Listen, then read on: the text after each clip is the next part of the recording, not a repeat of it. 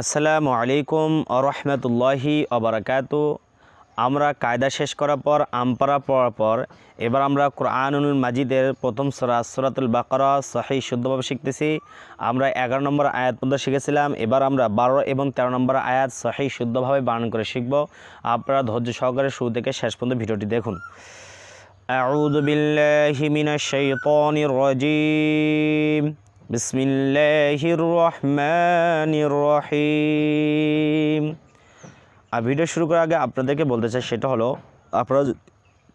আপনারা যদি আমার চ্যানেলে নতুন হয়ে থাকেন অবশ্যই আমার চ্যানেলটিকে সাবস্ক্রাইব করবেন এবং কষ্ট করে ভিডিও বানাতেছি এই জন্য একটা লাইক করবেন। হামজা জবর আ, এখানে লাম পরটা আলিফ, তাহলে লাম আলিফ জবর লা, আমরা 3 আলিফ টেনে পড়ব। কারণ যদি কোনো হরফের উপর এরকম চিকন চিহ্ন পাওয়া যায় এবং বামে যদি লম্বা হামজা পাওয়া যায়, সেক্ষেত্রে আমরা সেই হরফটাকে, যে হরফের উপর চিকন চিহ্ন থাকবে সেই হরফটাকে আমরা 3 আলিফ টেনে পড়ব। একে বলা হয় মধ্যে মুনফাসিল, মনে রাখবেন মধ্যে মুনফাসিল। তাহলে আমরা বলবো আলা, হামজাদা নুনকে ধরবে, নুনের তাজিদ আছে আর নুনটা 2 বার উচ্চারণ হবে। আর নুনের তাজিদ থাকলে গুণা করা অজীব হয়ে যায়।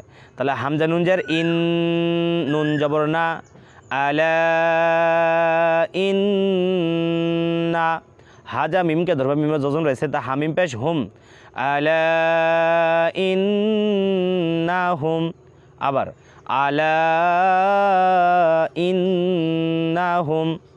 হা পেশ হু, মিম যা লামকে ধরবে, লামের যজন রয়েছে, তাহলে মিম লাম পেশ মুল, হু মুল, হুমুল। মিম যা ফাকে ধরবে, ফার উপর যজন রয়েছে, তাহলে মিম ফা পেশ মুফ।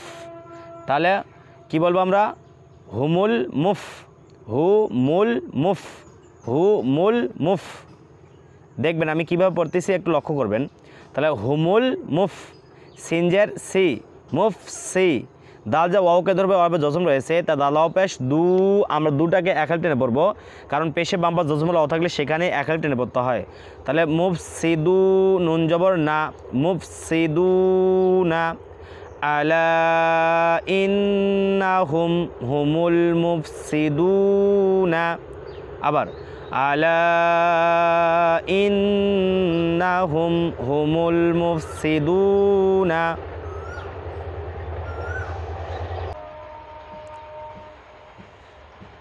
আলা ইন্নাহুম হুমুল মুফসিদুনা। ওয়াও জবর ওয়া, লাম খারা জবর লা। যদি কোনো হরফের উপর খারা জবর থাকে সেক্ষেত্রে সে হরফটাকে আমরা এক আলিফ টেনে পড়বো, একে মধ্যে তাবাই বলা হয়। তাহলে আমরা বলবো ওয়ালা। কাফ যা লামকে ধরবে, কারণ লামের উপর তাজদিদ রয়েছে। এখানে দেখুন লক্ষ্য করেন নুনের উপর সাকিন রয়েছে। যদি সাকিনের পরে তাজদিদা কোনো হরফ থাকে সেক্ষেত্রে সাকিনের হরফ বাদ যাবে, তাজদিদা হরফকে ধরবে। কারণ নুন সাকিনের চাইতে তাজদিদটা বেশি শক্তিশালী। তাহলে কাফ যা কাকে ধরবে? লামকে ধরবে। তাহলে কাফ লামজের কিল, কাফ লামজের কিল, ওয়ালাকিল, ওয়ালাকিল। লাম আলিফ জবর লা, আমরা এক হাল টেনে পড়বো। যদি জবর বাম পাশে খালি থাকে সেখানে এক হাল টেনে পড়তে হবে। তাহলে আমরা বলবো ওয়ালাকিল্লা, ওয়ালাকিল্লা। ইয়া যা শিনকে ধরবে, শিনের উপর জজম রয়েছে, তাহলে ইয়া শিন জবর ইয়াশ, আইন পেশ উ, ইয়াশ উ। র যা ওয়াওকে ধরবে, ওর উপর জজম রয়েছে, তো র ওয়া পেশ রু, এক হাল টেনে পড়বো। পেশে বাম পাশ জজম ওয়াও থাকলে সেখানে এক হাল টেনে পড়তে হয়। তাহলে আমরা বলবো ইয়াশ উরু, নুন জবর না, লা ইয়াশউরুনা। এখন যদি আমরা অক্ফ করি অর্থাৎ থেমে পড়ি, সেক্ষেত্রে নুনবে সাকিন দিয়ে অক্ফ করতে হবে। আর নুনবে সাকিন দিলে আমরা রুটাকে এক আলিফ টেনে পড়ছি, এখন আমরা 3 আলিফ টেনে পড়বো, একে মধ্যে আরজি বলা হয়। তাহলে বলবো লা ইয়াশউরুন, ওয়ালাকিন লা ইয়াশউরুন। আলা ইন্নাহুম হুমুল মুফসিদুনা ওয়ালাকিন লা ইয়াশউরুন। এবার আমার সাথে একবার পড়ুন, আলা ইন্নাহুম হুমুল মুফসিদুনা ওয়ালাকিন লা ইয়াশউরুন। এরপর দেখুন ওয়াও জবর ওয়া, হামজাদের ই, ওয়া ই, ওয়া ই। জাল আলিফ যা, আমরা এক আলিফ টেনে পড়বো। জবর বাম পাশে খালি আলিফ, এক আলিফ টেনে পড়তে হবে। তাহলে ওয়া ই যা। কফিয়া জের কি, এক আলিফ টেনে পড়বো। জেরে বাম পাশ জজমলা থাকলে সেখানে এক আলিফ টেনে পড়তে হয়।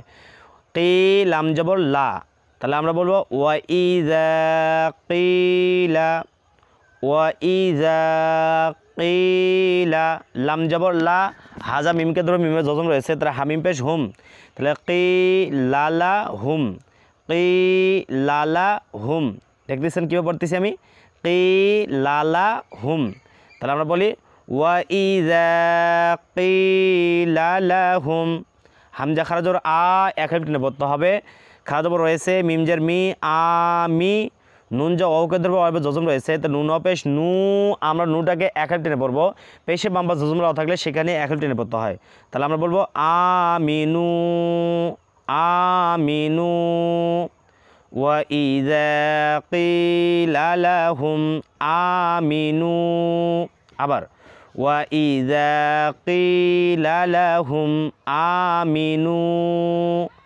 কাফ জবর কা মিমালি জবর মা আমরা এখানে তিন লাইন টেনে পড়বো একেবারে মধ্যে মুনফাসিল কেন তিন লাইন টেনে পড়বো এর আগে বলছিলাম গলে আমাদেরকে মনে আছে কিনা জানি না আবার বলতেছি যদি কোনো হরফের পরে চিকন চিহ্ন পাওয়া যায় এরকম বামে যদি লম্বা হামজা পাওয়া যায় সেক্ষেত্রে সেই হরফটাকে আমরা তিন লাইন টেনে পড়বো একে মধ্যে মুনফাসিল বলা হয় তাহলে আমরা বলবো কাফ জবর কা মিমালি জবর মা কামা হামজা খারা জবর আ এক টান মিম জবর মা আ মা নুন নুন জবর নান ওয়াজিব গুন্না নুনে তাজদি গুন্না করা ওয়াজিব আর তাজদি দ্বারা হরফ দুইবার উচ্চারণ হয় আমরা এই তাজদি যে হরফ পাবো সে হরফ দুইবার উচ্চারণ করবো তাহলে নুনালি জবর না আ মানান না নাটাকে এক টেনে পড়বো কেন যদি জবর বাম পাশে খালি লিফ থাকে সেখানে এক টেনে পড়তে হয় তাহলে আ মানান না সিন পেস সু আমানান নাসু কামা আমানান নাসু ওয়াইযা কিলা লাহুম আমিনু কামা আমানান নাসু কফলি জোর ক একালিফ টান জবর বাম পাশে খালি লিফ থাকলে এক টেনে পড়তে হয় লাম যে ওকে ধরবো এবার জজম রয়েছে আর লুটাকে আমরা তিন আলিফ টেনে পড়বো কারণ ওই একই এইভাবেই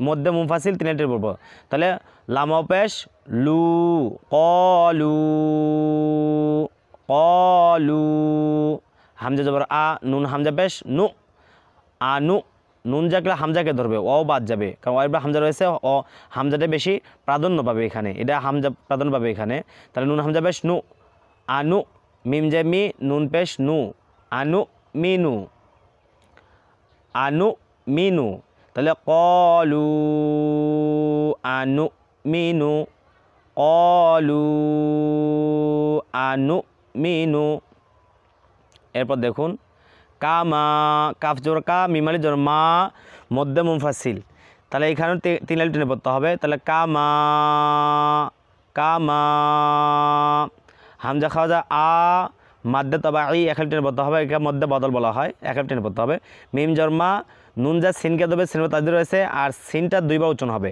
এই চিহ্ন যে হরফ থাকে সে হরফটা দুইবার উচ্চারণ হয় তাহলে নুন সিন যাব নাস আমানাস কামা আমানাস সিন পেস সু ফা জোর ফা সোফা হালিফ জোর হা এখানে বলা হয় মধ্যে মুত্তাসিল এটাকে আমরা চার আলিফ টেনে পড়বো যদি কোনো হরফের পরে এরকম মোটা চিহ্ন পাওয়া যায় এটা হলো চিকন চিহ্ন আর এটা মোটা চিহ্ন যদি মোটা চিহ্ন পাওয়া যায় বামে যদি গোল হামজা পাওয়া যায় সেক্ষেত্রে চার আলিফ টেনে পড়তে হবে সেই জায়গাটাতে তাহলে সোফাহা হামজা পেশ উ আমানাস সোফাহা উ কলু আনু মিনু কামা আমানাস সোফাহা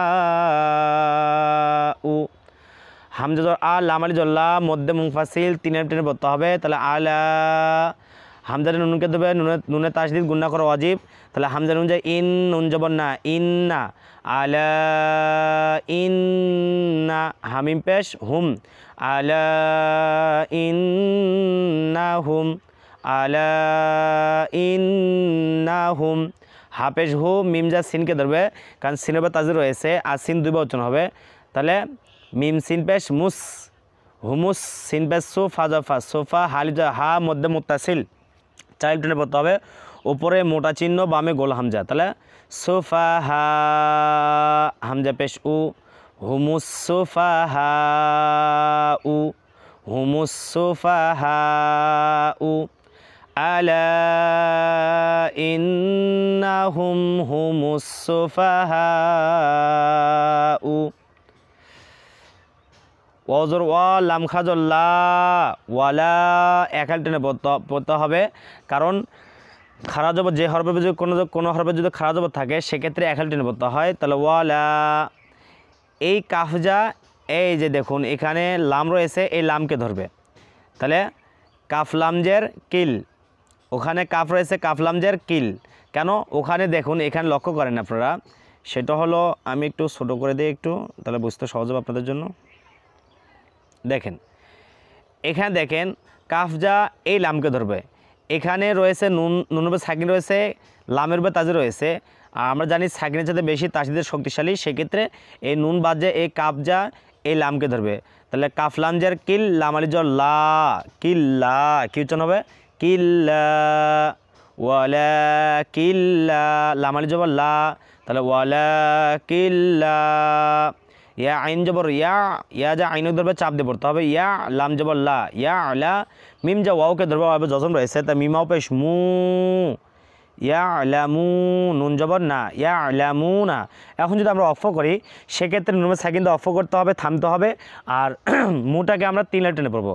তাহলে আমরা বলবো লা ইয়ালামুন, লা ইয়ালামুন, ওয়ালাকিন লা ইয়ালামুন। তাহলে আমরা এখান থেকে একবার পড়ি, وَإِذَا قِيلَ لَهُمْ آمِنُوا كَمَا آمَنَ النَّاسُ قَالُوا أَنُؤْمِنُ كَمَا آمَنَ السُّفَهَاءُ أَلَا إِنَّهُمْ هُمُ السُّفَهَاءُ وَلَكِنْ لَا يَعْلَمُونَ। তাহলে আমরা আজকে 2 আয়াত শিখলাম, অর্থাৎ কয় নম্বর আয়াত? 12 নম্বর আয়াত এবং 13 নম্বর আয়াত শিখলাম। এভাবে আমরা পার্ট টু পার্ট শিখতে থাকবো। আপনারা ধৈর্য সহকারে দেখবেন ভিডিওগুলো, ইনশাল্লাহ আপনারা কোরআন সহিহ শুদ্ধভাবে শিখতে পারবেন আমার এই ভিডিওগুলো দেখে। তাহলে আজকে ভিডিও এ পর্যন্ত। আসসালামু আলাইকুম রহমতুল্লাহি ওয়া বারাকাতুহু।